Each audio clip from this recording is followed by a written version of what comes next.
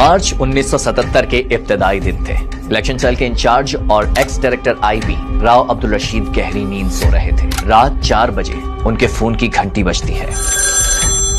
राव रशीद ने फोन उठाया तो सामने से हेलो की आवाज ने उनकी नींद उड़ा दी, क्योंकि फोन पर कोई और नहीं वजीर आजम जुल्फिकार अली भुट्टो थे। भुट्टो पूछते हैं, राव ये कैसे हुआ? किसी ने गड़बड़ तो नहीं की? हमें इलेक्शन में इतनी ज्यादा सीटें कैसे मिल गई? इलेक्शन के नताइज पर जुल्फिकार अली भुट्टो खुद हैरान थे, क्योंकि भुट्टो 155 नशिस्तों पर कामयाब हो गए थे, जबकि बाकी 11 जमातों ने मिलकर सिर्फ 36 सीटें जीती थी। इलेक्शन रिजल्ट पर हैरान भुट्टो इससे पहले जीत पर ओवर कॉन्फिडेंट थे। अगर मुझ में कोई ख्वाहिश होती कि मैं इस मुल्क में जमहूरियत नहीं चाहता हूं, तो मैं इंतखाबात नहीं करवाता 1.5 साल वक्त से पहले।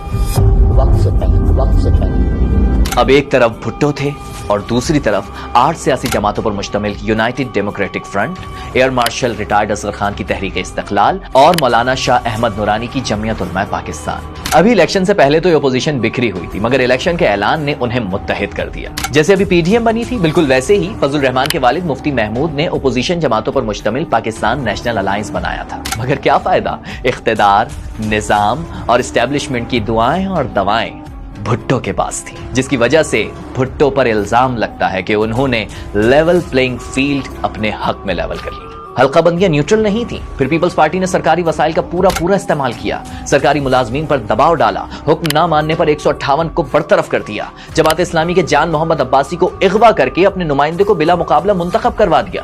और सिर्फ ये एक नहीं, 19 नशिस्तों पर उम्मीदवार ऐसे ही बिला मुकाबला मुंतखब हुए। ओपोजिशन ने इल्जाम लगाया कि उसे मिलने वाले लाखों वोट जाया किए गए, बल्कि ये भी कहा कि पीपल्स पार्टी के कारकुनों को असलहा भी दिया गया ताकि इलेक्शन काबू में रखे। इल्जामात का शोर मचता रहा, लेकिन भुट्टो ने किसी को लिफ्ट नहीं कराई। मगर बिलाखिर इन इल्जामात की शिद्दत वजीर आजम हाउस तक पहुंच ही गई। Chief election commissioner justice Sajjad Ahmad Jan ने कह दिया कि बड़े पैमाने पर धांधली करके मुल्क को कौम को नुकसान पहुंचाया गया। ऐसी धांधली हुई जैसे कोई सजी सजाई दुकान को लूट ले जाए। फिर क्या था, गोया इलेक्शन कमीशन ने ही धांधली पर मोहर लगा दी और फिर 7 मार्च 1977 को होने वाली पोलिंग का पोल 14 मार्च को ही खुल गया। तब भुट्टो के खिलाफ एक जबरदस्त तहरीक शुरू हुई।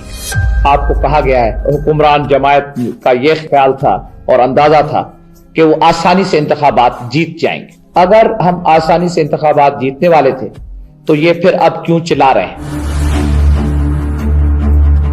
सिविल नाफरमानी का आगाज हो गया। बड़े पैमाने पर हंगामे हुए, 250 लोगों की जान चली गई, 1200 जख्मी हुए, 83,500 अफराद कैद हो गए, 700 इमारतें, दुकानें, दफातर और बैंक जल गए। कराची और हैदराबाद में कर्फ्यू लगा। अवाम इतने खौफजदा हो गए कि बैंकों से रकम तक निकल पाई। कौमी आमदन में कमी हो गई, खजाना खाली होने लगा, सरकारी मुलाजमीन को तनख्वाहें देने के पैसे भी ना बचे। और यहाँ जलती पर तेल का काम किया तहरीक इस्तिकलाल के असगर खान के एक खत ने। उन्होंने आर्मी चीफ को खत लिख दिया, ऐसा खत जो मार्शल लॉ की तरफ ले जाने का पहला कदम साबित हुआ।